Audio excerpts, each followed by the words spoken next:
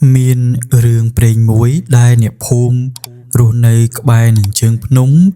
ban dây to to khnia chỉ tràn chấm non tha nơi về lia pê rệt rấy hai chi pí xé nơi pê đã miền plieng khẹt cả đôi chia mê cho áp kháng prasad muối đại khmiến nơi khung pan tì nâng đích làng chênh bị khung tây áp đỏ sàn kra nè nà để đá cho từ khung prasad nụ hai nâng mình trở lập một vĩnh đối mình đủ thọ mặt đa lai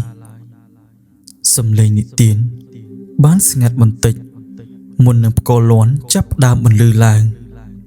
mình đủ chỉ tràn kết tha vì con tay chỉ riêng nị tiền tay bằng nó rồi hốt đòi dục mùi miễn bỏ rõ mà nẹ bàn bạch khluôn hai camera ra bỏ quạt bán thọt tục nở vậy để mình cùng miễn nơi khung bị phục lục mùi nì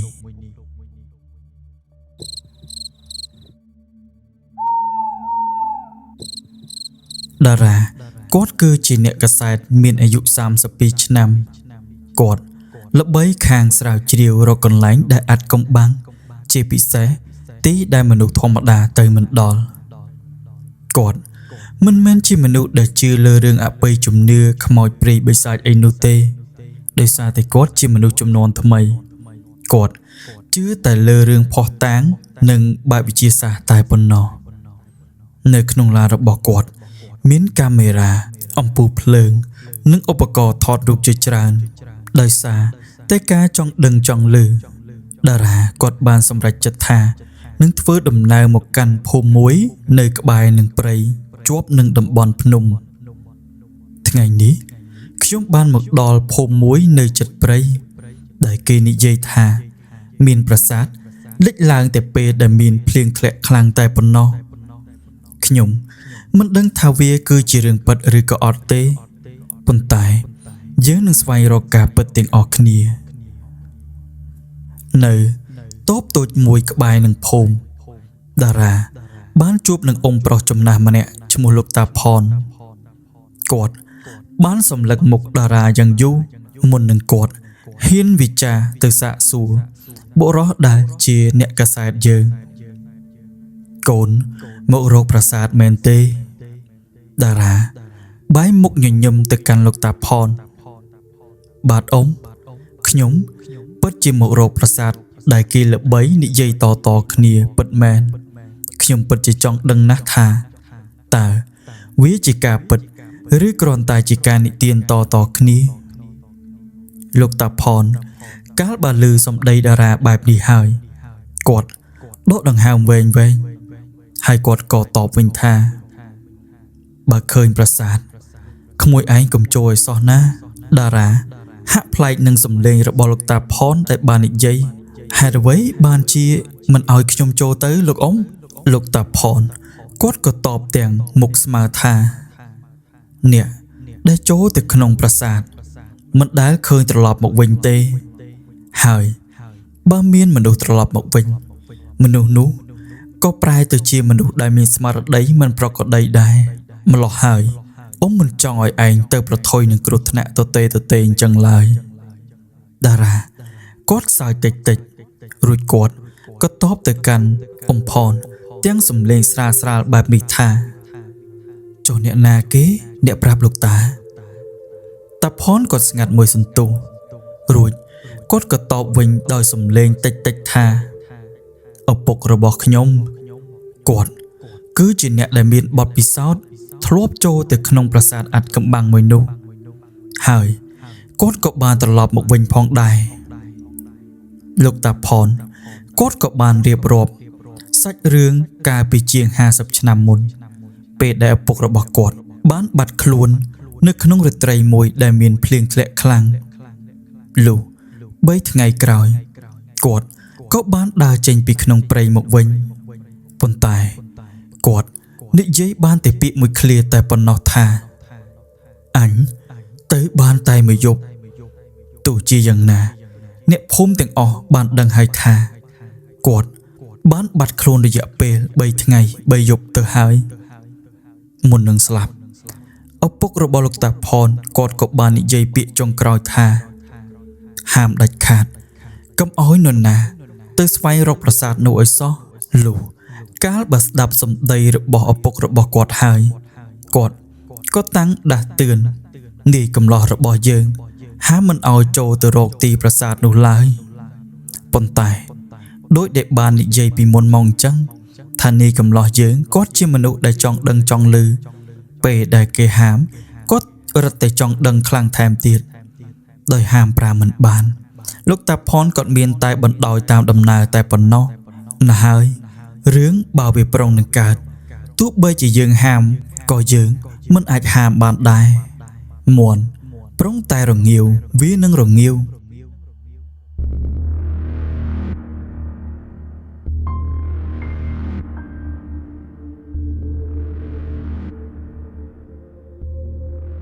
ពេលល្ងាចក៏បានមកដល់មេឃក៏ប្រែជាងងឹត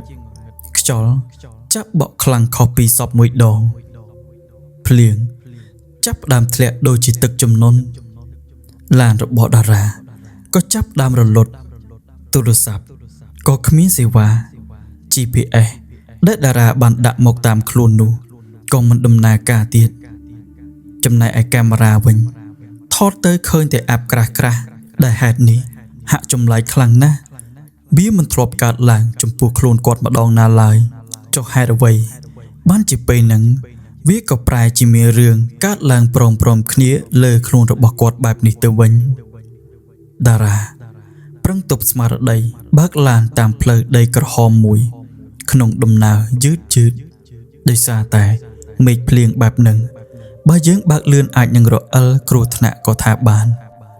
នៅតាមផ្លូវដែលពោពេញទៅដោយគ្រាប់ដំណក់ភ្លៀងធ្លាក់យ៉ាងខ្លាំងអមជាមួយនឹងដងព្រៃដែលដុះស៊ប់ទ្រុបនៅតាមផ្លូវរកមើលអ្វីចាក់ពុំធ្លុះឡើយគាត់បន្តដំណើរទៅក្នុងព្រៃតែម្នាក់ឯងយឺតភ្នែកប្រឹងសម្លឹងមើលទៅផ្លូវដៃប្រឹងចាប់ចង្កូតធ្វើយ៉ាងណារក្សាលំនឹងឡានដើម្បីធានាបានថាគាត់នឹងមានសុវត្ថិភាពហើយអាចចាកចេញពីព្រៃនេះបានស្លុងអារម្មណ៍ទៅក្នុងទិដ្ឋភាពនៃភ្លៀងធ្លាក់ដល់1មេធំមិនយូរប៉ុន្មានភ្លៀងក៏ចាប់ផ្ដើមដាច់គ្រាប់ធំនៅសល់តែភ្លៀងរលឹមផ្សែងក្រូចតែប៉ុណ្ណោះទោះបីជាយ៉ាងណាក៏ដោយតារាគាត់មិនបញ្ឈប់ដំណើរផ្សងព្រេងរបស់គាត់ឡើយគាត់នៅតែបន្តបើកឡានចូលទៅក្នុងព្រៃតាមផ្លូវដីក្រហមតែម្នាក់ឯងតែប៉ុណ្ណោះបើទោះបីជាមានការហាមប្រាមពីសំណាក់លោកតាផនពីមុនក៏ដោយនៅខណៈពេលដែលតារាគាត់កំពុងតែបើកឡានភ្លាមនោះស្រាប់តែមានប្រាសាទបុរាណចំណាស់មួយបានលេចឡើងនៅចំពោះមុខរបស់គាត់នៅកណ្ដាលអាប់ដងងងឹតសូនឈឹងវាហាក់ដូចជាមិនមានប្រាសាទនៅទីនេះពីមុនមកឡើយពេលនោះតារាគាត់ក៏ចាប់យកកាមេរ៉ារបស់គាត់យកមកដើម្បីថតទិដ្ឋភាពប្រាសាទនោះទុកប៉ុន្តែពេលដែលគាត់ចាប់ផ្ដើមពិនិត្យមើលរូបភាពដែលគាត់ថតបាននោះរូបថតទាំងអស់ក៏បង្ហាញតែអប្សរក្បោសតែប៉ុណ្ណោះលើកលែងតែរូបចុងក្រោយក្នុងរូបនោះមានបុរសម្នាក់ឈរសម្លឹងមកកាន់គាត់តារាសម្លឹងមើលកាន់តែយូរបុរសនោះមានមុខដូចគ្នាបេះបិទតែគេស្លៀកសម្លៀកបំពាក់បុរាណមើលទៅហាក់បីដូចជាមនុស្សដែលស្ថិតនៅក្នុងសម័យកាលណាមួយផ្សេងទៀតនេះចឹងពេលនោះហើយតារាគាត់ចាប់ផ្ដើមភ្លឹកស្លងស្មារតីហាក់បីដូចជាគាត់បានឆ្លងភពទៅក្នុងសម័យបុរាណអញ្ចឹងខ្យល់ចាប់ផ្ដើមស្ងប់ភ្លាមបន្ទាប់មកស្រាប់តែមានសំឡេងបុរសម្នាក់បានបន្លឺចេញពីក្នុងប្រាសាទបុរាណនោះថាតារាគាត់ងាកមើលជុំវិញប៉ុន្តែគ្មាននរណាម្នាក់នោះឡើយសំឡេងនោះនៅតែបន្តហៅឈ្មោះរបស់គាត់ម្ដងហើយម្ដងទៀតឯងមកយឺតពេលហើយតារាគាត់ព្យាយាមបើកពិលសម្លឹងមើលទៅកាន់សំឡេងដែលគាត់បានឮនោះគាត់បានបញ្ចាំងពិលទៅកាន់ទីប្រាសាទបុរាណហើយក៏ដើរទៅកាន់កម្មជណ្ដើរនៃប្រាសាទនោះ ជំហាននីមួយបានធ្វើឲ្យគាត់មានអារម្មណ៍ចម្លែកបេះដូងក៏លោតញាប់ខុសពីធម្មតាទិដ្ឋភាពនៅពេលនោះវាហាក់បីដូចជាគាត់លែងស្ថិតនៅក្នុងភពផែនដីរបស់យើងទៀតហើយព្រោះថាវាហាក់បីដូចជាស្ងប់ស្ងាត់ខ្លាំងណាស់គ្មានមនុស្សធ្វើដំណើរឆ្លងកាត់គ្មានសំឡេងសត្វយំហើយក៏គ្មានសំឡេងអ្នកភូមិដែលគេធ្វើដំណើរឆ្លងកាត់ទីនេះឡើយគ្រប់ដំណើររបស់តារាគាត់តែងមានអារម្មណ៍ថាទីនេះគាត់ដូចជាធ្លាប់បានមកម្ដងឬជាកន្លែងដែលគាត់ធ្លាប់រស់នៅពីមុនមកអញ្ចឹងជើងចាប់លើកឡើងដាក់លើជណ្ដើរថ្មកលួនក៏បានបន្លឺកាន់តែខ្លាំងឡើងបើទោះបីជាមេឃចាប់ផ្ដើមរាំងក៏ដោយអាប់ក៏ចាប់ផ្ដើមបិទបាំងជុំវិញប្រាសាទទាំងមូលហើយទ្វារថ្មដែលបានបិទអស់រាប់រយឆ្នាំក៏ចាប់ផ្ដើមបើកឡើងដោយឯកឯងទិដ្ឋភាពនៅខាងក្នុងប្រាសាទមិនមែនជាភាពងងឹតសូន្យសុងនោះទេប៉ុន្តែបែរជាមានពន្លឺពណ៌មាសភ្លឺចែងចាំងហាក់បីដូចជាទីប្រាសាទទាំងមូលដូចជាប្រាសាទថ្មីដែលគេទើបតែសាងសង់ហើយក្នុងប្រាសាទហាក់បីដូចជាមានបិទមាសភ្លឺចិញ្ចាចិញ្ចាំងអញ្ចឹងគាត់ឈមមើលដោយភាពភ្ញាក់ផ្អើលដោយសារតែទិដ្ឋភាពមួយនេះតារាមិនដែលធ្លាប់ឃើញពីមុនមកឡើយតាំងពីគាត់កើតមកស្លុងក្នុងទិដ្ឋភាពដ៏ងងឹតសូន្យសុងភ្លាមនោះក៏ចាប់ផ្ដើមលេចនៅវត្តមានសត្វអំពិលអំពែកចាប់ផ្ដើមហោះបញ្ចេញពន្លឺចេញពីដុបព្រៃដែលដុះនៅក្បែរទីប្រាសាទនោះវាហាក់កំពុងតែបង្អួតសម្រស់គ្នាសម្ដែងចេញនៅទិដ្ឋភាពដ៏គួរឲ្យចាប់អារម្មណ៍មួយនៅក្នុងទីងងឹតសូន្យសុងស្លុងជាមួយនឹងទិដ្ឋភាពដែលតារាកំពុងតែសម្លឹងមើលទៅកាន់ទីប្រាសាទបុរាណនោះរំពេចនោះផងដែរសំឡេងមួយបានបន្លឺឡើងម្ដងទៀតថាចូលមកឯងបានមកកាន់ផ្ទះរបស់ឯងហើយតារាកាលបន្លឺសំឡេងនោះហើយគាត់ក៏ចាប់ងាកមើលឆ្វេងស្ដាំមើលចូលទៅក្នុងទីប្រាសាទប៉ុន្តែគាត់មិនបានឃើញមនុស្សឡើយរំពេចនោះគាត់ក៏ទាញកាមេរ៉ាដែលបានស្ពាយមកជាមួយហើយក៏ដើរចូលទៅក្នុងទ្វារថ្មដែលមានពន្លឺពណ៌មាសភ្លឺចិញ្ចែកចិញ្ចាំងនោះពេលដែលគាត់បានធ្វើដំណើរចូលទៅកាន់ទីប្រាសាទបុរាណខ្យល់ក៏ចាប់ផ្ដើមបក់មកជាខ្លាំងសំឡេងផ្គរលាន់ក៏ចាប់ផ្ដើមបង្កលាន់លើកាន់តែខ្លាំងឡើងហាក់បីដូចជាមានអ្វីកំពុងតែហែកមេឃអញ្ចឹងប៉ុន្តែចម្លែកត្រង់ថាពេលដែលតារាដើរចូលទៅកាន់មាត់ទ្វារបុរាណស្រាប់តែខ្យល់ក៏ចាប់ផ្ដើមស្ងប់ស្ងាត់មេឃក៏ចាប់ផ្ដើមរាំងដាច់គ្រាប់ភ្លៀងគ្មានសូម្បីតែមួយដំណក់សំឡេងផ្គរលាន់ក៏ចាប់ផ្ដើមស្ងាត់បាត់ទៅតាមសំឡេងខ្យល់ផងដែរនៅខណៈពេលនោះតារាបានឈរនៅទីកណ្ដាលទីធ្លាប្រាសាទបុរាណដ៏ធំមួយដែលមានពន្លឺកំពុងតែចែងចាំងដោយពណ៌មាសទិដ្ឋភាពនៅក្នុងទីប្រាសាទបុរាណពោពេញទៅដោយរូបចម្លាក់ជាច្រើនហើយនៅគ្រប់រូបចម្លាក់នីមួយក៏មានដាំទៅដោយត្បូងដែលមានតម្លៃចែងចាំងពន្លឺភ្លឺជះឆ្វាយពេញទាំងផ្ទៃប្រាសាទបុរាណនោះប៉ុន្តែនៅពេលដែលតារាគាត់សម្លឹងមើលទៅកាន់ទីប្រាសាទកាន់តែយូរគាត់មានអារម្មណ៍ថាព្រឺសម្បុរខុសពីធម្មតាដោយហេតុថាគាត់រៀងខ្លាចដែរនោះគាត់ក៏ប្រុងនឹងដើរត្រឡប់ក្រោយប៉ុន្តែទ្វារប្រាសាទក៏បានបិទបាត់ទៅហើយគាត់ក៏មិនបានដឹងដែរថាទ្វារថ្មប្រាសាទបុរាណបានបិទតាំងពីពេលណានោះដែរពេលនេះតារាបានចូលមកក្នុងភពមួយដែលគាត់មិនដែលស្គាល់ហើយក៏មិនដែលចូលមកពីមុននោះដែរពេលនេះគាត់គ្មានជំរើសនោះទេក្រៅពីដើរទៅរកផ្លូវច្រកចេញមួយទៀតគាត់ព្យាយាមដើរទៅតាមច្រកដែលមានខ្លោងទ្វារនីមួយប៉ុន្តែនៅពេលដែលគាត់ដើរទៅកាន់ខ្លោងទ្វារមួយណា ទីនោះក៏មានតែទ្វារបិទចិត្តមិនមានច្រកចេញនោះឡើយរហូតដល់គាត់បានឃើញច្រកទ្វារចុងក្រោយគាត់ក៏សម្រេចចិត្តថាដើរសំដៅទៅច្រកទ្វារមួយនោះដើម្បីរកច្រកចេញនៅពេលដែលតារាគាត់បានធ្វើដំណើរមកដល់ច្រកទ្វារចុងក្រោយអ្វីដែលគាត់បានឃើញគឺទីក្រុងដ៏ធំសម្បើមដែលមានប្រាសាទជាច្រើនកំពុងតែសាងសង់រទេះគោរាប់រយគ្រឿងធ្វើដំណើរទៅមកមនុស្សម្នាក្មេងចាស់ប្រុសស្រីស្លៀកសម្លៀកបំពាក់បុរាណសំឡេងផ្សារសំឡេងលក់ដូរ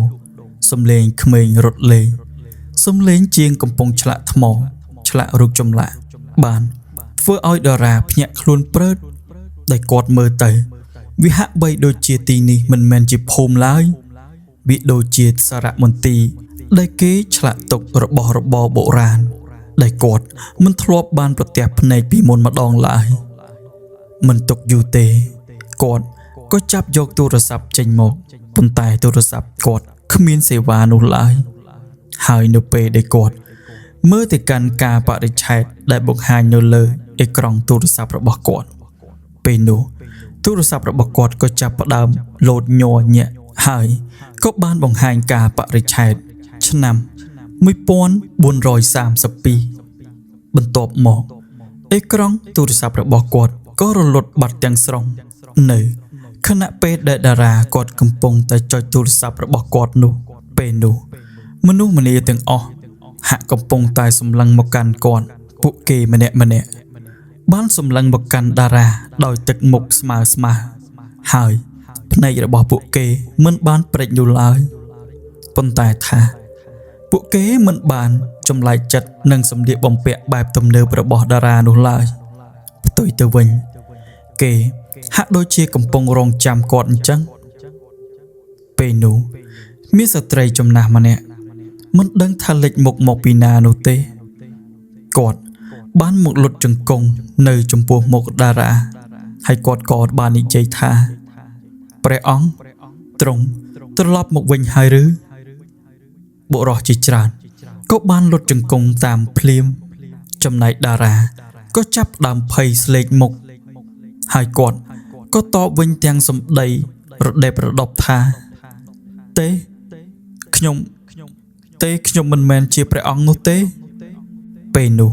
បើទោះបីជាតារាព្យាយាមបកស្រាយឬបដិសេធបែបណាក៏ដោយប៉ុន្តែនៅតែគ្មាននរណាស្ដាប់គាត់នោះឡើយសំឡេងស្នែងបានបន្លឺឡើងទាហានជិះសេះជាច្រើនអ្នកក៏បានមកដល់ពេលនោះមេទ័ពម្នាក់បានចុះពីលើខ្នងសេះហើយសម្លឹងមុខតារាយ៉ាងយូរបន្ទាប់មកគាត់ក៏បានលុតជង្គង់ព្រះគ្រូពួកយើងរងចាំព្រះអង្គអស់ជាច្រើនឆ្នាំមកហើយតារាកាលបើលឺបែបហ្នឹងគាត់ក៏ស្ទើរតែជ្រុះកាមេរ៉ាពីដៃហើយគាត់ក៏តបវិញទាំងញ័រមាត់ចំប្រប់ថាទេលោកច្រឡំមនុស្សហើយ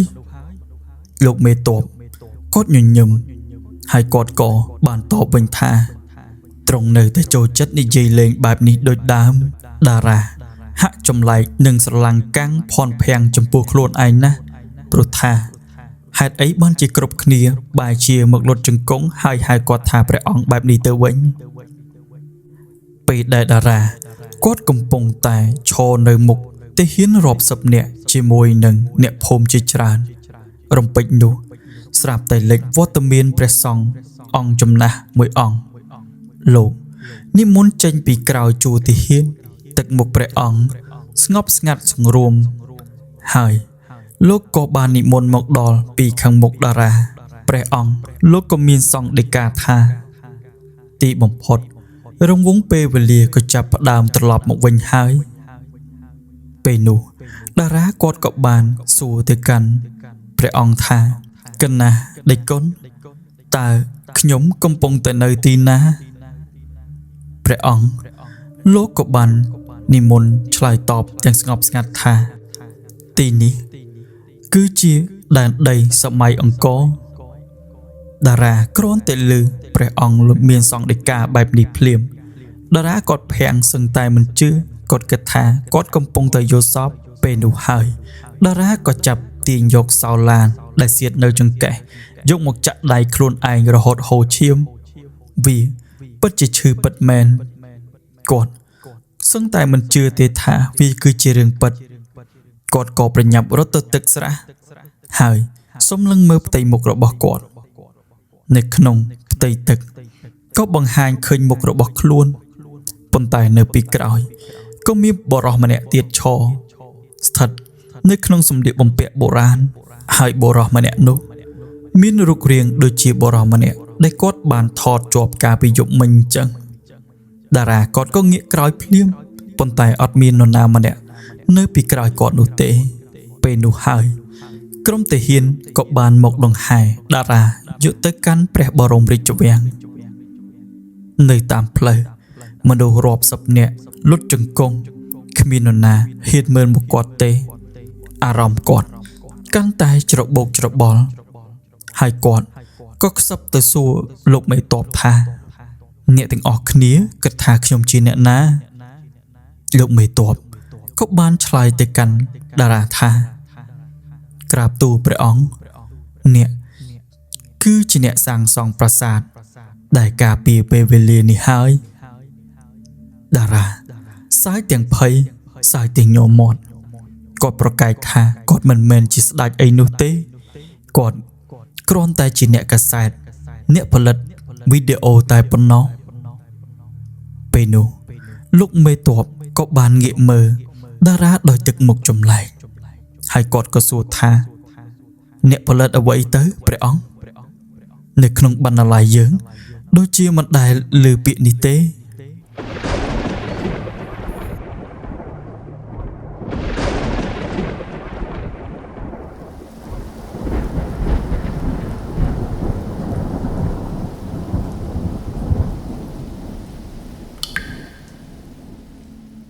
មិនយូរប៉ុន្មានក្រុមរទេះសេះក៏បានដង្ហែតារាមកដល់បណ្ណាល័យរាជវាំងមួយហើយក៏មានព្រះសង្ឃមួយអង្គលោកបានយកសៀវភៅស្លឹករឹតចាស់មួយក្បាលចេញមកទំព័រចុងក្រោយក៏បានបង្ហាញនៅរូបគំនូរមួយដែលមានបុរសម្នាក់ក្រងក្នុងឈុតព្រះរាជាហើយរូបគំនូរនោះគឺជាតារានឹងឯងសូម្បីតែស្លាកស្នាមមុខនៅលើចិញ្ចើមក៏មានដូចគ្នាដែរពេលនោះតារាចាប់ផ្ដើមស្រឡាំងកាំងកាន់តែខ្លាំងឡើងគាត់ក៏ទាញយកកាមេរ៉ាប្រុងនឹងថតប៉ុន្តែគាត់ថតមិនបានអក្សរបុរាណនោះទេតារាចាប់ផ្ដើមភ័យខ្លួនថាតើគាត់អាចនឹងត្រឡប់មកកាន់ភពផែនដីរបស់យើងវិញបានទេប៉ុន្តែអ្វីដែលតារាគិតហាក់បីដូចជាព្រះសង្ឃអង្គនោះលោកបានដឹងបើទោះបីជាគាត់មិនបាននិយាយចេញមកក៏ដោយព្រះសង្ឃលោកក៏មានសង្ឃដីកាថាថ្ងៃដែលមកដល់លោកនឹងអាចត្រឡប់ទៅកាន់ភពផែនដីរបស់លោកវិញបានតារាចាប់ផ្ដើមភ័យឡើងញ័រអស់ទាំងខ្លួនដោយសារតែគាត់សឹងតែមិនជឿថាគាត់ពិតជាបានឆ្លងភពមកសម័យបុរាណពិតមែនលុះកាលបើគាត់បានចូលមកក្នុងបណ្ណាល័យនៃរាជវាំងនោះបានមួយសន្ទុះហើយទើបក្រុមមន្ត្រីបានដង្ហែគាត់ត្រឡប់ទៅកាន់ទីស្នាក់មួយដែលសម្រាប់ព្រះរាជាស្នាក់នៅពេលដែលយប់មកដល់កាលណាតារាគាត់សម្រានមិនលក់ទេគាត់មានអារម្មណ៍ថាក្តៅស្អុះស្អាប់ហើយចេះតែរសេះរសោះណាមួយផ្លែកកន្លែងផងក៏មិនដឹងនៅខណៈពេលនោះស្រាប់តែតារាគាត់ឮសំឡេងមនុស្សម្នាក់ហៅពីខាងក្រៅបន្ទប់តារាគាត់ក៏ប្រញាប់ស្ទុះដើរទៅកន្លែងមាត់ទ្វារ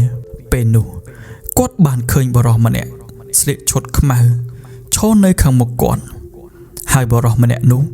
មានមុខដូចតារាបេះបិទបរិសម្នាក់នោះក៏បាននិយាយថាចូលកុំជឿអ្នកណាឲ្យសោះសូម្បីតែខ្លួនរបស់ឯងនិយាយតែប៉ុណ្ណោះបរិសម្នាក់នោះក៏រលាយបាត់នៅក្នុងស្បៃអន្តការនៃភាពងងឹតបាត់ទៅតារាព្យាយាមរត់តាមដល់ច្រកចុងក្រោយប៉ុន្តែមានតែទ្វារតូចមួយតែប៉ុណ្ណោះដែលបើកចំហខាងក្នុងមានជញ្ជាំងពោពេញទៅដោយចម្លាក់នៅកណ្ដាល ក៏មានតែជញ្ជាំងមានរូបចម្លាក់មួយដែលគេមិនទាន់ឆ្លាក់រួចវាមានទម្រង់មុខដូចជាតារាអញ្ចឹងប៉ុន្តែអ្វីដែលធ្វើឲ្យគាត់កាន់តែកកឈាមនោះគឺនៅខាងក្រោមរូបចម្លាក់នោះមានអក្សរមួយជួរដែលតារាគាត់មិនចេះអាននោះទេព្រោះសុទ្ធតែជាអក្សរបាលីសំស្ក្រឹតប៉ុន្តែពេលនោះស្រាប់តែលេចវត្តមានព្រះសង្ឃមួយអង្គមកពីខាងក្រោយខ្នងតារាហើយលោកក៏បានអានអក្សរបុរាណនោះឲ្យតារាស្ដាប់ថានៅពេលដែលរូបចម្លាក់នេះឆ្លាក់ចប់ម្ចាស់មុខនឹងមិនអាចត្រឡប់ទៅកាន់ពេលវេលាដើមរបស់ខ្លួនវិញបានឡើយអ្នកត្រូវតែរស់នៅទីនេះអស់មួយជីវិតតារាកាលបើឮសង្ឃដីកាព្រះសង្ឃអង្គនោះលោកមានសង្ឃដីកាបែបនេះហើយគាត់ភ័យណាស់គាត់ប្រុងនឹងងាកទៅរកសំឡេងព្រះសង្ឃប៉ុន្តែស្រាប់តែបាត់រូបព្រះសង្ឃមិនដឹងថាទៅណាគាត់ព្យាយាមរកមើលដែរប៉ុន្តែរកមិនឃើញឡើយណាមួយគាត់ក៏រៀងអស់កម្លាំងណាស់ទៅហើយណាមួយយប់ក៏កាន់តែជ្រៅគាត់ក៏ចូលទៅរកកន្លែងសម្រាកសម្រានបាត់ទៅពន្លឺព្រះអាទិត្យចាប់ផ្ដើមរះពន្លឺចាំងជះរះចូលតាមមាត់បង្អួចដែលធ្វើឲ្យតារាភ្ញាក់ពីដំណេកដែលមានអារម្មណ៍ថាអ្វីដែលបានកាត់ឡើងវាគ្រាន់តែជាការយល់សប្តិតែប៉ុណ្ណោះគាត់ប្រញាប់បើកកាបូបមើលកាមេរ៉ានៅទីនោះទូរស័ព្ទក៏នៅទីនោះជាមួយគាត់ដែរប៉ុន្តែថាថ្មទូរស័ព្ទនៅត្រឹមតែ 1% តែប៉ុណ្ណោះគាត់សាកបើកវីដេអូដែលគាត់បានថតកាលពីយប់មិញប៉ុន្តែអេក្រង់ទូរស័ព្ទនិងកាមេរ៉ាបានបង្ហាញតែភាពងងឹតតែប៉ុណ្ណោះពេលនោះក៏មានសំឡេងមួយបានរសាត់តាមខ្យល់មកប៉ះនឹងត្រចៀករបស់តារាកុំជឿកុំទុកចិត្តនៅអ្វីដែលឯងបានឃើញឲ្យសោះនោះមិនមែនជាសំឡេងរបស់តារាទេគាត់ព្យាយាមរកមើលឆ្វេងមើលស្ដាំនៅក្នុងបន្ទប់ដែរប៉ុន្តែអត់មានមនុស្សទេអញ្ចឹងតើសំឡេងនោះមកពីណាហើយនរណាគេជាអ្នកនិយាយប្រាប់តារានោះស្លុងអារម្មណ៍ទៅក្នុងទស្សនវិជ្ជានៃការឆ្លងសម័យកាលរបស់តារាលោកមេតបក៏បានមកអញ្ជើញតារាដើម្បីទៅមើលការរស់នៅរបស់ប្រជាជននាសម័យនោះក្រាបទូលព្រះអង្គសូមអញ្ជើញព្រះអង្គតាមខ្ញុំមកតារាហាក់មិនព្រមទទួលនៅក្រុមងារនោះឡើយប៉ុន្តែនៅខណៈពេលនោះគាត់មិនអាចថាស្ដីអ្វីបានឡើយគឺមានតែចូលស្ទឹងតាមបទតែប៉ុណ្ណោះពួកគេបានដើរកាត់ទីក្រុងអង្គរអ្នកលក់ដូរក្មេងចាស់ប្រុសស្រីពលរដ្ឋគ្រប់គ្នាឈប់ធ្វើការងារហើយអោនក្បាលគោរពគាត់ពេលនោះតារាក៏បានខ្សឹបសួរតើខ្ញុំធ្លាប់រស់នៅទីនេះមែនទេលោកមេតបគាត់ក៏ចាប់ផ្ដើមឆ្លើយវិញថាក្រាបទូលព្រះអង្គនិយាយតែប៉ុណ្ណឹងក្រុមទាហានក៏បានដើរជាមួយព្រះអង្គទៅដល់ផ្ទះឈើបុរាណមួយដែលផ្ទះឈើនោះមានឆ្លាក់អក្សរបុរាណហើយក៏មានអ្នកបកប្រែនៅដើរតាមពីក្រោយរបស់តារាដែរអ្នកបកប្រែនោះគេបានអានឲ្យតារាស្ដាប់ថានេះជាលំនៅឋានរបស់ជាងដែលជាជាងចម្លាក់ឆ្លាក់រូបចម្លាក់នៅប្រាសាទបុរាណនេះឯងក្រឡេកទៅមើលទស្សនវិជ្ជានៅក្នុងផ្ទះឯនេះវិញក៏មានរូបគំនូរប្លង់ប្រាសាទបុរាណរាប់សិបសន្លឹកមានឧបករណ៍វាស់ទំហំមានចម្លាក់ថ្មតូចនៅលើតុហើយក៏មានកំណត់ហេតុមួយតារាក៏បានបើកអានបើទោះបីជាអក្សរបុរាណក៏ដោយក៏គាត់អាចអានយល់ដោយមិនដឹងមូលហេតុដែរនៅពេលនោះទំព័រទី1ក៏បានសរសេរថាបើអ្នកកំពុងតែអានស្លឹករឹតមួយនេះមានន័យថាអ្នកបានត្រឡប់មកដល់ហើយតារាក៏ចាប់ផ្ដើមបិទសៀវភៅភ្លាមគាត់ដកដង្ហើមញាប់សឹងតែមិនដល់គ្នាអ្នកណាកំពុងតែលេងសើចជាមួយនឹងជីវិតរបស់ខ្ញុំខណៈដែលតារាប្រុងនឹងចេញពីផ្ទះស្រាប់តែមានក្មេងប្រុសម្នាក់អាយុប្រហែលជា10ឆ្នាំរត់មកតាមគាត់ហើយ គេក៏បានប្រកល់ប្រអប់ឈើបុរាណមួយដើម្បីប្រកល់ទៅឲ្យតារាហើយក្មេងនោះក៏បាននិយាយថាក្រាបថ្វាយបង្គំព្រះអង្គលោកគ្រូរបស់ខ្ញុំធ្លាប់ផ្ដាំថាបើថ្ងៃនេះមកដល់សូមប្រកល់របស់នេះជូនព្រះអង្គចុះតារាចាប់ផ្ដើមច្របូកច្របល់ចិត្តកាន់តែខ្លាំងឡើងយើងធ្លាប់ជួបឯងពីមុនមកទេក្មេងនោះញញឹមហើយគាត់ក៏បាននិយាយថាលោកភ្លេចខ្ញុំហើយនិយាយតែប៉ុណ្ណឹងក្មេងនោះក៏រត់ចូលទៅក្នុងវងមនុស្សជាច្រើនបាត់ទៅចំណែកតារាគាត់ក៏ចាប់បើកប្រអប់ឈើនោះមើលក៏ឃើញមានវត្ថុ3យ៉ាង1ខ្សែដៃបុរាណ2ព្រះទម្រង់3ស្លឹករឹតដែលមានចាអក្សរបុរាណនៅលើនោះវាហាក់មិនគួរជឿទេថាក្មេងប្រុសម្នាក់នៅតូចសោះបើជាប្រកោរបស់ដែលមានតម្លៃបែបហ្នឹងឲ្យមកគាត់ទៅវិញ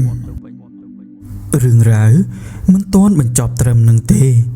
តារាគាត់បានព្យាយាមអានពាក្យសំស្ក្រឹតអក្សរបុរាណទាំងអបាមានដែរប៉ុន្តែគាត់អានមិនដាច់នោះឡើយហើយរឿងដែលចម្លែកថែមទៀតនោះគឺនៅក្នុងអក្សរបុរាណក៏មានផ្នែកមួយបានសរសេរអំពីឈ្មោះរបស់គាត់ប៉ុន្តែមិនមែនសរសេរអក្សរបុរាណទេ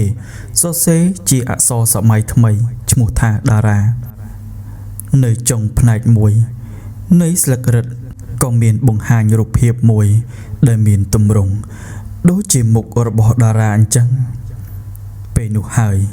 តារាគាត់ក៏បានទៅសួរនាំលោកមេតបអំពីរឿងហ្នឹងហើយលោកមេតបក៏បានប្រាប់គាត់ថាពិតជាមានជាងបានឆ្លាក់រូបព្រះអង្គពិតមែនគ្រាន់តែលើលោកមេតបនិយាយបែបនេះតារាគាត់ក៏ប្រញាប់និយាយទៅកាន់វិញថាកុំឲ្យគេបញ្ចប់ការងាររូបចម្លាក់នេះឲ្យសោះគាត់ក៏បានប្រាប់ឲ្យមេតបដើម្បីស្វែងរកកន្លែងជាងដែលឆ្លាក់រូបរបស់គាត់នោះឯងប៉ុន្តែនៅពេលដែលលោកមេតបក៏ដូចជាពលមន្ត្រីទាំងអម្បានជូនតារាទៅកាន់ទីតាំងដែលជាងចម្លាក់នោះឆ្លាក់ស្រាប់តែបាត់វត្តមានគាត់មិនឃើញនៅកន្លែងនោះទេបើទោះបីជាពួកគាត់ព្យាយាមដើរតាមរកយ៉ាងណាក៏ដោយក៏រកមិនឃើញនោះដែរចុងក្រោយពួកគាត់ក៏ត្រឡប់មកវិញដោយមិនបានផលអ្វីតទៅសោះលុះយប់ឡើងតារាគាត់សម្រេចចិត្តថាគាត់ត្រូវតែស្វែងរកកន្លែងឆ្លាក់រូបនោះឲ្យតតែឃើញពេលយប់ចូលមកដល់គាត់ក៏លួចចេញពីកន្លែងដែលគាត់ស្នាក់ពន្លឺភ្លើងចង្កៀងប្រេងភ្លឺស្រអាប់បានបង្ហាញនូវទិដ្ឋភាពបុរសវ័យចំណាស់ជាច្រើនដែលកំពុងធ្វើការពួកគេមិននិយាយគ្នាសូម្បីតែមួយម៉ាត់ដោយគ្រាន់តែឆ្លាក់ថ្មដដែលតារាលួចមើលរូបចម្លាក់ធំមួយរូបនោះគឺជារូបរបស់គាត់ជាងម្នាក់លើកក្បាលរបស់គាត់ឡើងយឺតភ្នែករបស់គាត់ពណ៌សគ្មានប្រស័យនោះទេពេលដែលតារាសម្លឹងទៅកាន់រូបចម្លាក់មួយនោះគាត់ហាក់ទទួលអារម្មណ៍ព្រឺក្បាលខុសពីធម្មតារំពេចនោះស្រាប់តែមានព្រះសង្ឃមួយអង្គលោកមានវ័យចំណាស់ណាស់ទៅហើយលោកបានបង្ហាញខ្លួននៅពីក្រោយតារាពេលនោះលោកក៏មានសង្ឃដីកាថាពួកគេមិនមែនជាមនុស្សរស់ទេគ្រាន់តែលើថេរដីការបស់ព្រះតេជគុណបែបនេះភ្លាមតារាស្រឡាំងកាំងហើយក៏ចោទសួរទាំងសំឡេងភ្ញាក់ផ្អើលថាបើពួកគេមិនមែនជាមនុស្សចុះពួកគេជាអ្វីទៅពួកគេគឺជាអ្នកការពារទីប្រាសាទបុរាណមួយនេះពេលរូបចម្លាក់មួយបញ្ចប់ព្រលឹងមួយនឹងជាប់នៅក្នុងប្រាសាទជារៀងរហូតតារាគាត់ក៏បានសួរបន្តថាតើអ្នកណាជាអ្នកកំណត់ហេតុការណ៍នេះទៅព្រះតេជគុណលោកក៏មានសង្ឃដីកាថាមិនមែនមនុស្សទេនិយាយមិនទាន់នឹងចប់ការសន្ទនាស្រួលបួលផងស្រាប់តែមានសំឡេងរង្គើញ័រពីក្រោមបាតប្រាសាទសំឡេងហាក់បីដូចជាយៈបានដកដង្ហើមជាងឆ្លាក់ទាំងអស់ក៏បានឈប់ដៃក្នុងពេលដំណើរគ្នាពួកគេបាននិយាយព្រមគ្នាថា គេកំពុងតែភ្ញាក់ឡើងហើយសំឡេងនោះក៏ចាប់លឺកាន់តែខ្លាំងឡើងដូចជាមានអ្វីមួយកំពុងផ្លាស់ទីនៅពីក្រោមគ្រឹះរបស់ប្រាសាទតារាគាត់ប្រញាប់រត់ចេញពីទីធ្លានោះភ្លាមរំពេចនោះមេឃដែលធ្លាប់តែភ្លឺក៏ប្រែជាងងឹតសូន្យសុងក្នុងរយៈពេលតែប៉ុន្មានវិនាទីតែប៉ុណ្ណោះភ្លៀងក៏ចាប់ផ្ដើមធ្លាក់ដូចយប់ដែលគាត់បានមកដល់ទីអាត់កំបាំងលីអញ្ចឹងព្រះសង្ឃលោកសំឡឹងមើលមេឃហើយនិយាយដោយទឹកមុខព្រួយបារម្ភថាអតីតកាលកំពុងតែដាស់វិញ្ញាណឲ្យក្រោកឡើងវិញហើយនៅឆ្ងាយពីកំពូលប្រាសាទក៏មានស្រមោលមនុស្សម្នាក់បានឈរសំកាំងខ្លួនគាត់កាន់របស់អ្វីម្យ៉ាងទម្រង់ដូចជាព្រះខ័នក្រវីនៅលើកំពូលប្រាសាទនោះហើយភ្នែកបន្ទោក៏ចាប់បាញ់ព្រាកពេញទាំងផ្ទៃមេឃតារាព្យាយាមសម្លឹងមើលមុខបុរសម្នាក់នោះគាត់ក៏បានឃើញថាបុរសម្នាក់នោះហេតុអ្វីបានជាមានមុខមាត់រូបរាងដូចគាត់ខ្លាំងម្ល៉េះតើនេះគឺជារឿងអ្វីទៅហេតុអីបានជាគាត់ជួបហេតុការណ៍បែបនេះទៅវិញតើបុរសម្នាក់នោះគឺជានរណាហេតុអីបានជាគេតែងតែបង្ហាញខ្លួនឲ្យគាត់ឃើញបែបនេះដោយគាត់មិនចង់មានការសង្ស័យតារាក៏មិនស្ទាក់ស្ទើរឡើយគាត់បញ្ញាប់រត់ឡើងទៅលើកម្មចិន្តាថ្មរបស់ប្រាសាទទៅតាមស្រមោលនោះសំឡេងជើងបុកថ្មភ្លៀងក៏ធ្លាក់បោកទៅលើដំបូលប្រាសាទលន់លឺអើងកងរំពងពេលដែលគាត់ព្យាយាមឡើងដល់កំពូលប្រាសាទស្រាប់តែគ្មានមនុស្សណាម្នាក់ឡើយគឺមានតែព្រះខ័នចាស់មួយដែលគេដាក់នៅលើកំពូលប្រាសាទតែប៉ុណ្ណោះពេលនោះតារាហាក់ទទួលដឹងថាមានភ្នែកអ្វីម្យ៉ាងកំពុងតែតាមដានគាត់អញ្ចឹងកំពុងតែស្លងអារម្មណ៍នៅក្នុងហេតុការណ៍ដ៏អាត់កំបាំងមួយនោះភ្លាមនោះស្រាប់តែមានខ្យល់បក់កាត់មុខគាត់ដែលធ្វើឲ្យប៉ាងព្រះខ័នធ្លាក់ចូលទៅក្នុងរន្ធមួយដែលតារាឃើញថាជារន្ធផ្ទាំងថ្មគាត់ក៏ប្រញាប់ដើរទៅមើលភ្លាមនោះទ្វារសម្ងាត់មួយក៏បានបើកឡើងដោយសកម្មភាពយឺតក្លិនធូលីបុរាណហុយចេញពីក្នុងរន្ធនោះមកនៅខាងក្នុងជាបន្ទប់មួយដែលមានជញ្ជាំងពោពេញទៅដោយសិលាចារឹកបានចាស់នៅកណ្ដាលក៏មានផ្ទាំងថ្មខ្មៅធំមួយផងដែរនៅលើថ្មនោះមានឈ្មោះឆ្លាក់យ៉ាងច្បាស់ថាតារាឃើញបែបនោះតារាហាក់ស្រឡាំងកាំងហេតុអីបានជាគ្រប់ពេលដែលគាត់ដើរទៅគាត់តែងតែឃើញឈ្មោះរបស់គាត់ឆ្លាក់នៅលើផ្ទាំងសិលាចារឹកថ្មបែបនឹងទៅវិញគាត់ក៏ចាប់ដាក់ដៃទៅលើសិលាចារឹកមួយនោះពេលនោះស្រាប់តែអក្សរក៏ចាប់ផ្ដើមបញ្ចេញពន្លឺភ្លឺដូចជាពណ៌មាសអក្សរជាច្រើនក៏បានលេចឡើងបន្តបន្ទាប់គ្នាពេលនោះស្រាប់តែលេចវត្តមានព្រះសង្ឃមួយអង្គដែលបានជួបគាត់កាលពីអំបញ្ញមិញមកជាមួយហើយព្រះដេចគុណហាក់មិនបានភ្ញាក់ផ្អើលនឹងហេតុការណ៍ដែលកំពុងកើតឡើងមកលើតារានោះទេតារាគាត់ព្យាយាមអានអក្សរដែលបានឆ្លាក់នៅលើផ្ទាំងសិលាប៉ុន្តែពេលនោះតារាបែរជាអាចអាននៅអក្សរបុរាណសាលាចរិកទាំងអម្បាម៉ាននោះដោយមិនមានផលរំខានណាមួយកើតឡើងទៅលើខ្លួនរបស់គាត់ឡើយនៅលើអក្សរចរិកនោះបានសរសេរថានៅថ្ងៃទី4នៃការមកដល់គាត់ក៏ចាប់ផ្ដើមញ័រដៃវាគឺត្រូវនឹងថ្ងៃនេះឯងតារាក៏បន្តអានទៅទៀតថាម្ចាស់ឈ្មោះនឹងរកឃើញសិលាចារឹកនេះនៅមុនពេលព្រះអាទិត្យលិចមិត្តម្នាក់នឹងស្លាប់តារាក៏បានបែរមុខទៅមើលព្រះសង្ឃតើនេះគឺជាការគំរាមខ្ញុំព្រះករុណាមែនទេព្រះដេចគុណលោកក៏ក្រវីព្រះហស្ថហើយលោកក៏មានសង្ឃដីកាថាវាមិនមែនជា ជាការដាក់បទដាសាអ្វីនោះទេវាគ្រាន់តែជាកំណត់ត្រាអក្សរបុរាណនៅលើផ្ទាំងសិលាថ្មតែប៉ុណ្ណោះរំពេចនោះព្រះតេជគុណលោកក៏កាន់ចង្គៀងព្រេងបំភ្លឺជញ្ជាំងនៅជុំវិញនោះមានសិលាចារឹករាប់រយផ្ទាំងគ្រប់ផ្ទាំងសុទ្ធតែមានឆ្លាក់ឈ្មោះផ្សេងគ្នាខ្លះក៏មានរូបចម្លាក់អ្នកកាន់ដាវខ្លះក៏ជាព្រះសង្ឃខ្លះទៀតស្លៀកសម្លៀកបំពាក់ដែលតារាមិនធ្លាប់ឃើញនោះឡើយសម្លៀកបំពាក់ទាំងនោះហាក់ដូចជាមនុស្សសម័យបុរាណពេលនោះព្រះតេជគុណលោកក៏គង់នៅស្ងៀមមួយសន្ទុះទើបលោកមានសង្ឃដីកាថាអ្នកទាំងអស់នេះញោមអាចដឹងអត់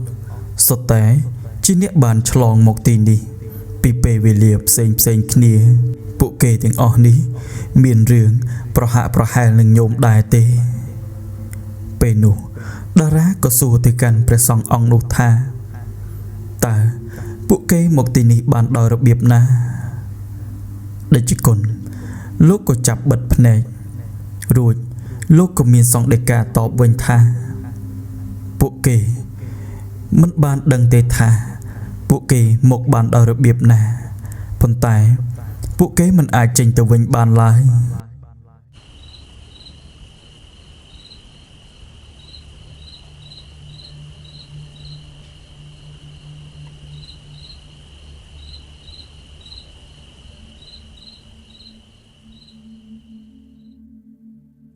ក្រោយពីការសន្ទនារវាងតារានិងព្រះសង្ឃចំណាស់មួយអង្គនោះមួយសន្ទុះក្រោយមកពួកគាត់ក៏បាននាំគ្នាចេញពីបន្ទប់ដ៏អាតកំបាំងមួយនោះពេលដែលតារាគាត់បានដើរចេញមកខាងក្រៅគាត់ក៏បានជួបនឹងក្មេងប្រុសម្នាក់នោះហើយគឺជាក្មេងដែលបានប្រគល់ប្រអប់ឈើមកឲ្យតារាកាលពីថ្ងៃមុនក្មេងនោះហាក់ដូចជាកំពុងតែរត់គេចនឹងអ្វីមួយលោកគ្រូពួកគេរកខ្ញុំឃើញហើយតារាសួរអ្វីមិនបានទេពេលនោះស្រាប់តែមានព្រួញមួយហោះចេញពីក្នុងព្រៃមកតារាក៏បានទាញក្មេងប្រុសម្នាក់នោះឲ្យគេចចេញទាន់ពេលគ្រាប់ព្រួញក៏បានជាប់ទៅនឹងដើមឈើដែលដុះនៅក្បែរនោះនៅលើដងព្រួញក៏មាននិមិត្តសញ្ញាជារង្វង់មូលដែលតារាធ្លាប់ឃើញនៅលើទ្វារប្រាសាទបុរាណ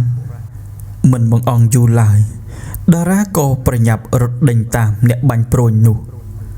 គាត់ក៏បានប្រទះឃើញមនុស្សម្នាក់ស្លៀកឈុតពណ៌ខ្មៅរត់ចូលទៅក្នុងព្រៃលកឹកណាស់ដែលគាត់ចង់ដឹងរឿងគាត់ក៏ប្រញាប់រត់តាមបរិសម្នាក់នោះចូលទៅក្នុងព្រៃដោយមិនមានចិត្តភ័យខ្លាចនឹងអ្វីឡើយ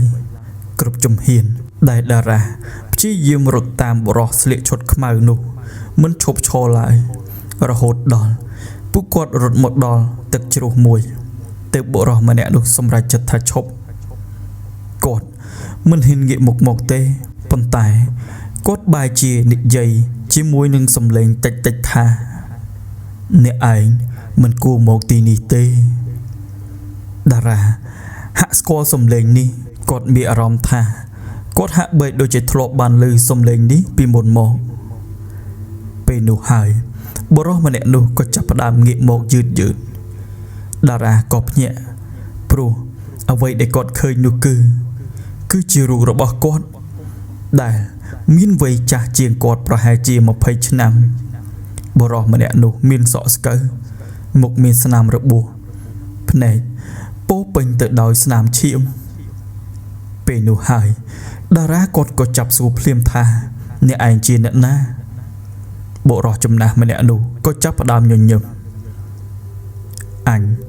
គឺជាអ្វីដែលឯងនឹងខ្លាចទៅនឹងហើយបើឯងបន្តជឿលើព្រះសង្ឃអង្គនោះពេលនោះតារាហាក់ភ្ញាក់ផ្អើលខ្លាំងមែនទែនដោយសារតែគាត់មិនយល់ពីអ្វីដែលបុរសម្នាក់នោះចង់និយាយមកកាន់គាត់នោះទេអ្នកឯងកំពុងនិយាយពីអ្វីខ្ញុំដូចជាមិនយល់នោះទេបុរសចំណាស់ម្នាក់នោះក៏ចាប់ផ្ដើមដកសត្រាស្លឹករឹតចេញពីក្នុងអាវវាជាបំណែកមួយដែលមានសរសេរឈ្មោះរបស់តារា រាល់ពេលដែលឯងជឿពួកគេឈ្មោះរបស់ឯងនឹងត្រូវឆ្លាក់ជាប់ទៅក្នុងសិលាចារឹកកាន់តែជ្រៅហើយនៅថ្ងៃដែលការឆ្លាក់ឈ្មោះត្រូវបានបញ្ចប់ឯងនឹងត្រូវមកនៅទីនេះជំនួសខ្ញុំការសន្ទនារវាងតារានិងបុរសចម្លែកចំណាស់ម្នាក់នោះមិនទាន់នឹងចប់ស្រួលបួលផងពេលនោះស្រាប់តែដីហាក់ចាប់ផ្ដើមរំជួយសំឡេងក្រហឹមក៏បានលាន់ចេញពីខាងក្នុងដីមកកាន់តែខ្លាំងទឹកជ្រោះប្រែជាពណ៌ក្រហមច្រាលដូចឈាមបុរសចំណាស់ក៏ចាប់ផ្ដើមសម្លឹងទៅទីប្រាសាទបុរាណទឹកមុខគាត់ក៏ប្រែជាស្លេកស្លាំងវាបានភ្ញាក់មកហើយលើកនេះវាឆាប់មកជារាល់ដងទៅទៀតពេលនោះបុរសចម្លែកម្នាក់នោះក៏បានប្រាប់ឲ្យតារាប្រញាប់រត់គេចចេញទៅហើយគាត់ក៏ចាប់លោតចូលទៅក្នុងទឹកជ្រោះនោះបាត់ស្រមោលតារាគាត់ក៏ប្រញាប់រត់ត្រឡប់ទៅកាន់ទីប្រាសាទនៅពាក់កណ្ដាលផ្លូវគាត់ឃើញមនុស្សម្នាជាច្រើនកំពុងតែរត់ចេញពីទីក្រុងផ្សែងខ្មៅក៏ចាប់ផ្ដើមហុយឡើងគាត់ក៏ស្រែកហៅក្មេងប្រុសម្នាក់ដែលគាត់បានជួយអំពីការបាញ់ព្រួយអំបញ្ញមិញប៉ុន្តែគ្មានចម្លើយនោះទេនៅមុខផ្ទះរបស់តារាក៏មានតែប្រអប់ឈើដែលក្មេងប្រុសម្នាក់នោះធ្លាប់ឲ្យធ្លាក់ទៅលើដីនៅក្បែរនោះក៏មានស្នាមឈាមប្រឡាក់ប្រអប់ឈើពេលនោះតារាក៏ប្រញាប់រើសប្រអប់នោះឡើងនៅខាងក្នុងមានសត្រាស្លឹករឹតតូចមួយដែលគាត់មិនធ្លាប់ឃើញពីមុនទេនៅលើនោះបានសរសេរអក្សរថាអ្នកដែលបានអានអក្សរបុរាណនេះហើយដូច្នេះប្រវត្តិសាស្ត្រក៏ចាប់ផ្ដើមកែប្រែហើយពេលនោះតារាមិនដឹងថាត្រូវធ្វើអ្វីទេគាត់ក៏មិនដឹងថាត្រូវរត់ទៅណាដែរប៉ុន្តែពេលនោះគាត់ក៏នឹកដល់ទីទឹកជ្រោះដែលគាត់បានជួបបុរសចម្លែកម្នាក់នោះគាត់នឹកថាបើគាត់រត់ត្រឡប់ទៅវិញក្រែងលោអាចជួបបុរសចម្លែកម្នាក់នោះបានហើយក៏អាចជួយគាត់បានផងដែរមិនគិតច្រើនឡើយតារាក៏ប្រញាប់រត់សំដៅទៅកាន់ទីដែលមានទឹកជ្រោះប៉ុន្តែនៅពេលដែលគាត់រត់ទៅដល់គាត់មិនបានឃើញបុរសចំណាស់នោះទៀតឡើយនៅលើថ្មក្បែរមាត់ទឹកមានខ្សែដៃអង្កាំដែលគេបានសាងហើយទុកនៅលើផ្ទាំងថ្មមួយនោះពេលនោះតារាក៏ចាប់រើសវាឡើងគាត់ក៏ស្រមៃឃើញទស្សនភាពមួយភ្លាមបុរសចំណាស់ម្នាក់កំពុងតែប្រយុទ្ធជាមួយនឹងមនុស្សស្លៀកអាវពណ៌ខ្មៅរាប់សិបនាក់នៅពីក្រោយគាត់មានទ្វារថ្មធំមួយកំពុងតែបានបិទជិតមុនពេលដែលរូបភាពបានបាត់គាត់ស្រែកខ្លាំងថាបិទទ្វារទៅកុំឲ្យនរណាឆ្លងមកទីនេះទៀតតារាក៏ចាប់ផ្ដើមភ្ញាក់ពីចក្ខុនិមិត្តទាំងដង្ហើមហើយនឹងបេះដូងចាប់ផ្ដើមលោតញាប់ខុសពីធម្មតាវាហាក់បីដូចជាគាត់បានឃើញអ្វីមួយអញ្ចឹងពេលនោះភាពច្របូកច្របល់ក៏បានកើតឡើងព្រះសង្ឃចំណាស់មួយអង្គក៏បានលេចវត្តមាននៅពីខាងមុខតារាម្ដងទៀតហើយលោកក៏បាននាំតារារត់ចូលទៅទីក្រោមប្រាសាទក្រោមនោះមានបណ្ណាល័យដ៏ធំមួយនៅលើជញ្ជាំងទាំងអស់មានពោពេញទៅដោយសៀវភៅស្លឹករឹតជាច្រើននៅកណ្ដាលបន្ទប់ក៏មានផ្ទាំងថ្មដែលបានឆ្លាក់ផែនទីនៅលើនោះប៉ុន្តែវាមិនមែនជាផែនទីប្រទេសនោះទេវាគ្រាន់តែជាការឆ្លាក់នៅទីតាំងមួយមិនត្រឹមតែប៉ុណ្ណោះនោះទេនៅលើផ្ទាំងថ្មក៏មានឆ្លាក់នៅឆ្នាំជាច្រើនហើយសុទ្ធតែភ្ជាប់គ្នាដោយខ្សែពន្លឺពេលនោះព្រះតេជគុណលោកក៏បានដាក់ព្រះហស្ថទៅលើឆ្នាំ2016ខ្សែពន្លឺក៏ចាប់ផ្ដើមប្រេះហើយនេះជាមូលហេតុដែលអ្នកបានមកដល់ទីនេះពេលនោះក៏ស្រាប់តែមានសំឡេងផ្លុំស្នែងលាន់ឡើងទាហានម្នាក់ក៏បានរត់ចូលមកព្រះគ្រូអ្នកស្លៀកពាក់អាវខ្មៅបានចូលមកដល់ទីក្រុងហើយព្រះសង្ឃ លោកក៏បានប្រែទឹកមុខភ្លាមរួចលោកក៏មានសង្ឃដីកាថាពួកគេរកឃើញទីនេះលឿនជាងអ្វីដែលអាត្មារំពឹងទុកទៅទៀតពេលនោះហើយមានក្រុមទាហានមួយក្រុមក៏បាននាំតារាឡើងទៅលើកំពែងនៅខាងក្រៅទីក្រុងក៏សម្លឹងឃើញមានមនុស្សស្លៀកឈុតពណ៌ខ្មៅប្រហែលជា50ទៅ60នាក់ពួកគេមិនបានកាន់ទង់ជាតិបង្ហាញពីសញ្ជាតិរបស់ពួកគេឡើយពួកគេគ្មានជីសេះគ្មានរទេះអ្វីដែលចម្លែកគឺមនុស្សម្នាក់កាន់កំភ្លើងបែបទំនើបតារាស្ទើរតែមិនជឿនៅភ្នែកខ្លួនឯងទេថាវាអាចទៅរួចពេលនោះព្រះសង្ឃអង្គនោះលោកក៏ចាប់ស្ងប់ស្ងាត់សង្រួមចិត្តរួចលោកក៏មានសង្ឃដីកាថាពួកគេមកពីពេលវេលាផ្សេងមនុស្សម្នាក់ក៏បានដើរចេញពីហ្វូងនៃមនុស្សអាយខ្មៅនោះគេពាក់របាំងមុខពណ៌ខ្មៅសំឡេងគេនិយាយមកមានអំណាចណាស់បើឯងប្រគល់គេមកឲ្យយើងនឹងមិនបំផ្លាញទីក្រុងនេះទេតារាក៏បានស្រែកសួរថាអ្នកឯងចង់បានខ្ញុំធ្វើអ្វីបុរសម្នាក់នោះក៏សើចនឹងមិនមែនសើចលេងទេសើចឌឺដងរួចគេក៏បានលើកដៃចង្អុលមកកាន់តារាអ្នកឯងមិនទាន់ដឹងខ្លួនទៀតថាខ្លួនឯងជាអ្នកណា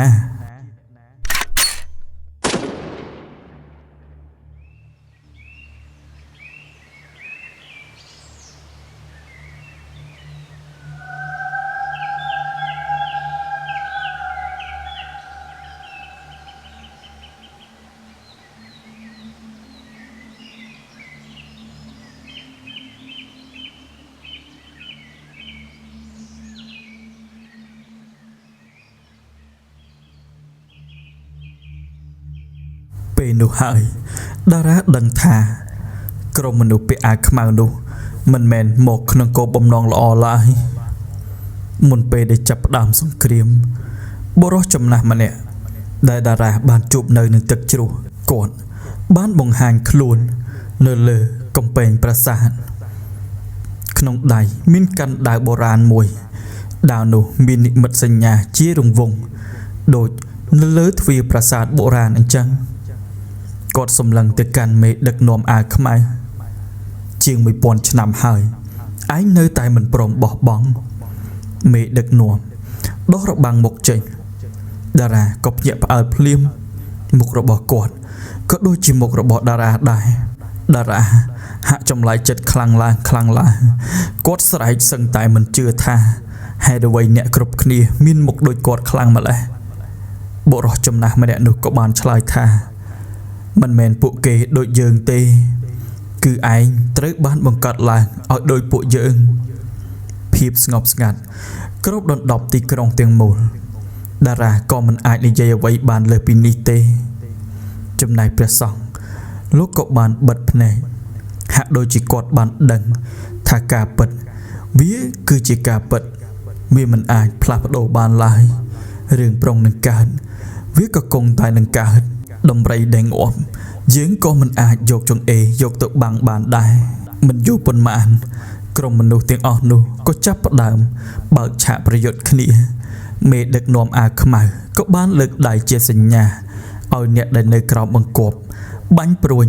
នឹងក្របកំភ្លើងក្នុងពេលតែមួយសំឡេងព្រួញហោះសំឡេងផ្ទុះគ្រាប់សំឡេងស្រែកទ្រហោយំ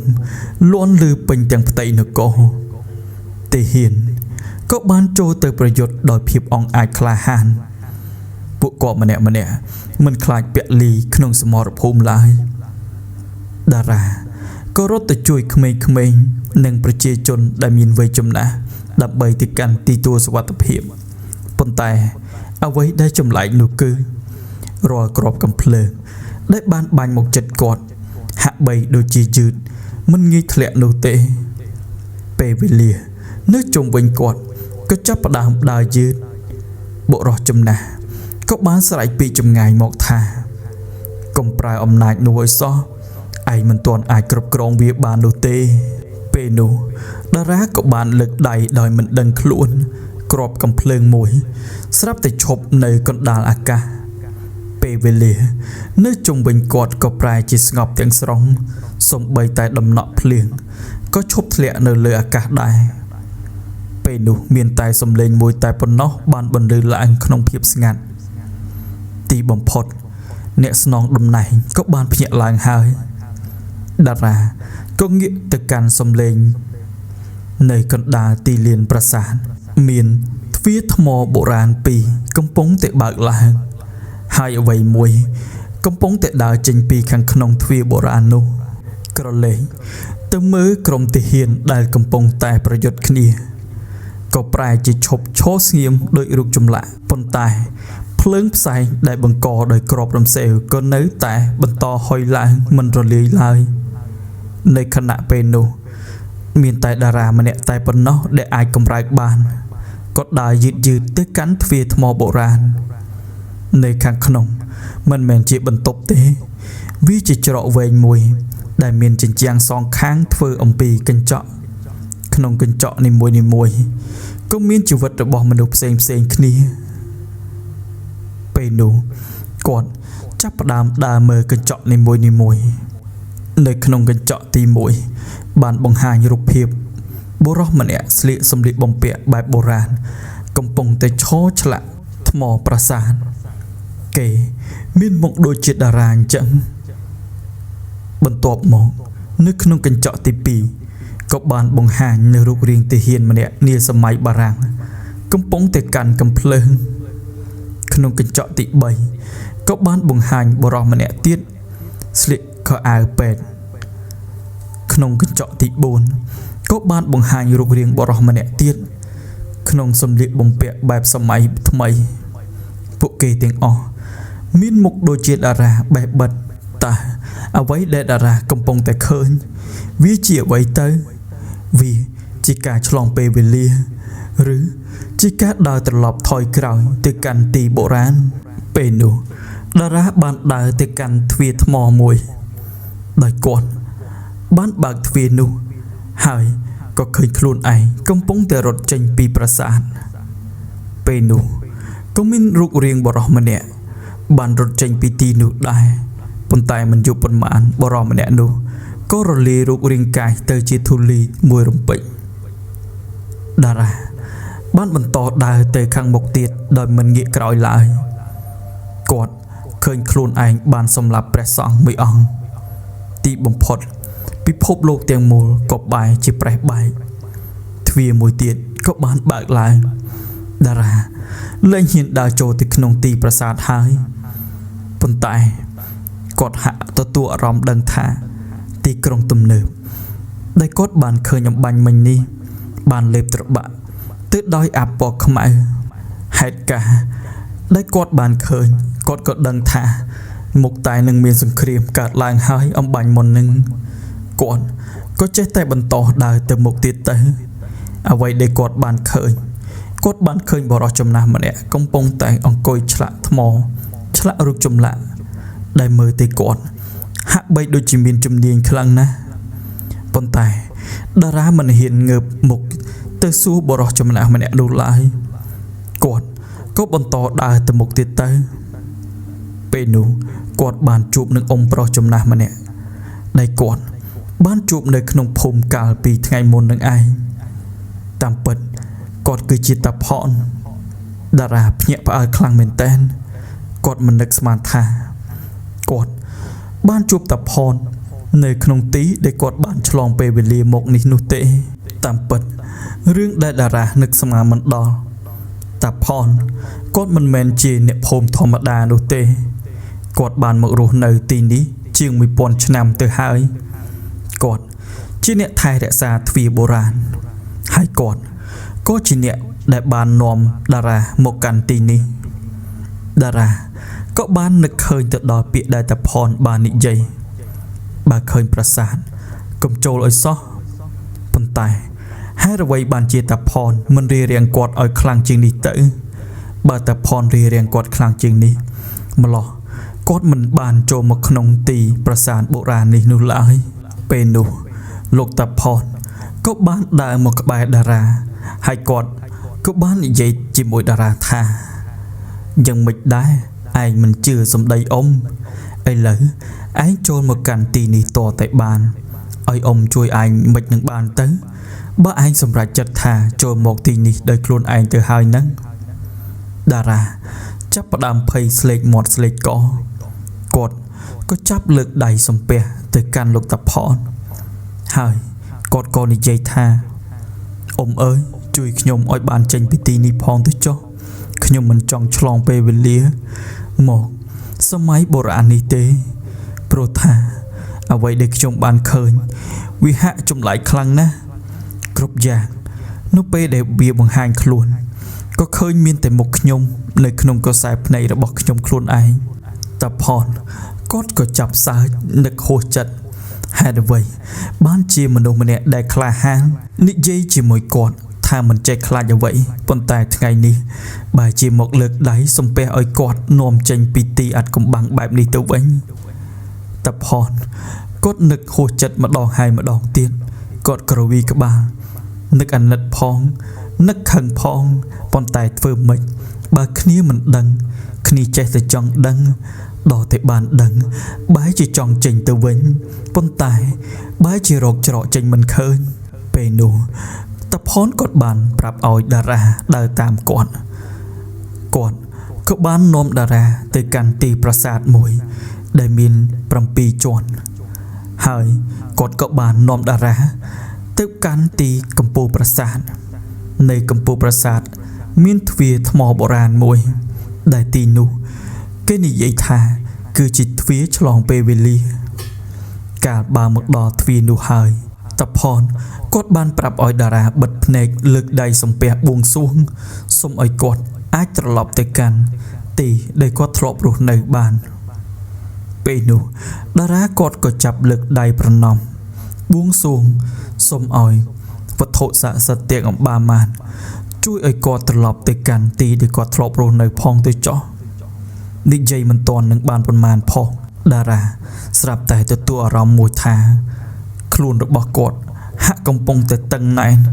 ដូចជាមានអ្វីមួយកំពុងតែរឹតរួមខ្លួនរបស់គាត់អញ្ចឹងគាត់មិនហ៊ានបើកភ្នែកមើលនោះទេដោយសារតែគាត់ខ្លាចប៉ុន្តែដោយសារតែភាពឈឺចាប់ខ្លាំងគាត់ក៏បើកភ្នែកមើលតិចអ្វីដែលគាត់បានឃើញគឺគាត់បានឃើញស្រកានាគរាជកំពុងតែពួនវត្តជុំវិញខ្លួនរបស់គាត់មិនយូរប៉ុន្មានគាត់ក៏ចាប់ផ្ដើមបាត់បង់ស្មារតីហើយគាត់ក៏បានដួលសន្លប់នៅក្នុងពេលនោះទៅ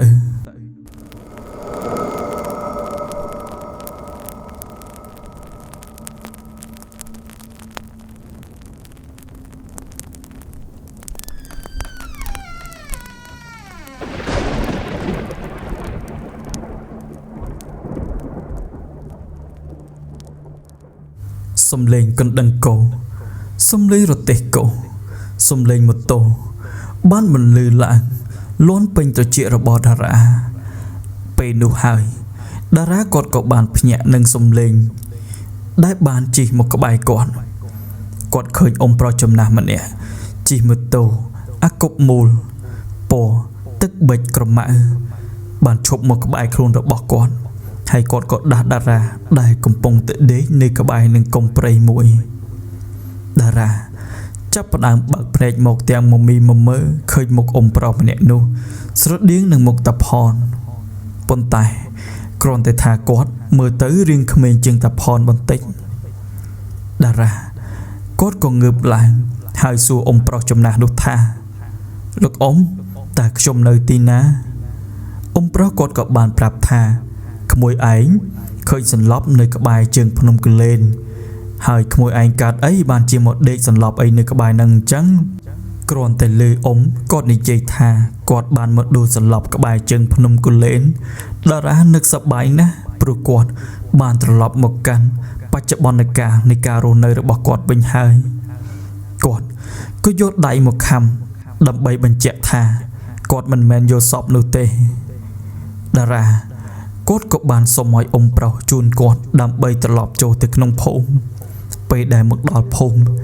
ទើបគាត់ដឹងថាគាត់បានវង្វេង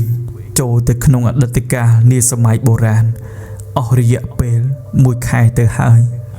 ហើយឡានរបស់គាត់ក៏បានចតចោលនៅក្នុងភូមិក្នុងសភាពធូរកង់ទាំងសងខាងហើយមិនត្រឹមតែប៉ុណ្ណោះនោះទេអាគុយឡានក៏ដេមិនឆេះនោះដែរអញ្ចឹងគាត់មានតែពឹងពោឲ្យអ្នកភូមិជួយរកអ្នកភូមិណាដែលគេមានអាគុយឡានដើម្បីជួយកើអាគុយឡានរបស់គាត់ទើបគាត់អាចបើកបញ្ឆេះត្រឡប់ទៅកាន់ផ្ទះរបស់គាត់វិញបានអញ្ចឹងនេះគឺជាដំណើរសាច់រឿងមួយដែលនិយាយអំពីការឆ្លងពេលវេលារបស់បុរសម្នាក់ចូលទៅក្នុងសម័យបុរាណដោយគាត់មិនបានជឿលើពាក្យរបស់អ៊ំប្រុសចំណាស់ម្នាក់ដែលគាត់បានហាម5ថាបើឃើញទីប្រាសាទបុរាណនៅទីអាប់កុំចូលទៅអីសោះព្រោះថាមិនមាននរណាម្នាក់អាចចេញមកវិញបានឡើយនេះរាប់ថាសំណាងហើយដែលតារាគាត់អាចវិលត្រឡប់មកកាន់ទីលំនៅឋានរបស់គាត់វិញដោយសុវត្ថិភាពបែបនេះនោះហើយសាច់រឿងរបស់យើងក៏បានបញ្ចប់ត្រឹមតែប៉ុណ្ណេះក៏អរគុណពុកម៉ែបងប្អូនទាំងអស់គ្នាដែលតែងតែនិយមគាំទ្រនិងស្រឡាញ់ចូលចិត្តការស្ដាប់ការនិទានរបស់ខ្ញុំបាទ Admin